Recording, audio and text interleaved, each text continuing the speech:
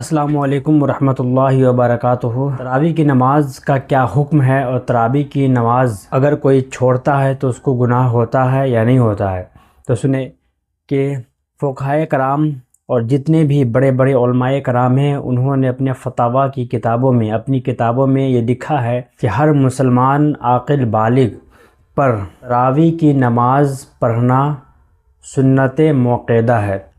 अब सुन्नत मुअक्कदा है और इसका वक्त कब है? इशा के फ़र्ज़ पढ़ने के बाद।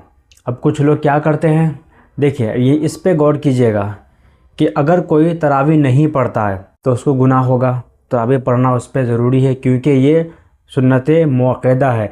गैर मुअक्कदा होती, अगर ये नमाज गैर मुअक्कदा होती तो अगर नहीं भी पढ़ते तो गुनाह नहीं होता, लेकिन ये मुअक्कदा है यानी इसको आप पढ़ना ज़रूरी है, इसको पढ़ना चाहिए, सब आपका काम है। ठीक है, अब यहाँ पे रुक कर के मैं ये बताना चाहता हूँ कि कुछ लोग होते हैं जो इशा की नमाज़ पढ़ते नहीं है और इशा की नमाज़ हो जाती है तब जाकर वो तरावी में दाखिल होते हैं, तरावी की नमाज़ पढ़ते हैं।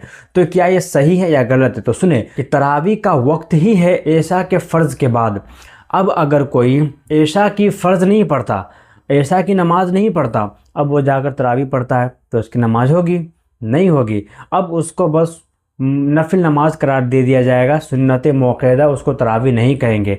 देखिए अगर कोई इशा की नमाज छोड़ करके तरावी को पढ़ता है तो उसकी तरावी नहीं होती है, बस वो अब नफिल कहलाएगी, नफिल की नमाज वो कहलाएगी। आपको सवाब तो होगा, नफिल नमाज पढ़ने के सवाब होगा, लेकिन जो तरावी की नमाज है ना, वो तरावी आपकी नहीं होगी। तरावी का वक्त ही है इशा की नमाज के बाद।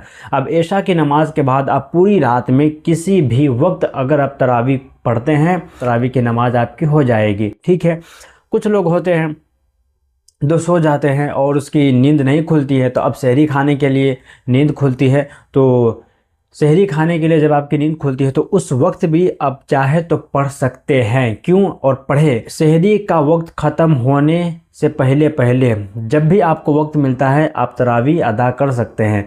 उसके लिए पहले आप इशा पढ़े। इशा का भी वही हुक्म है, इशा की नमाज़ के लिए पूरी रात है, पूरी रात में इशा की नमाज़ आप कभी भी पढ़ ले।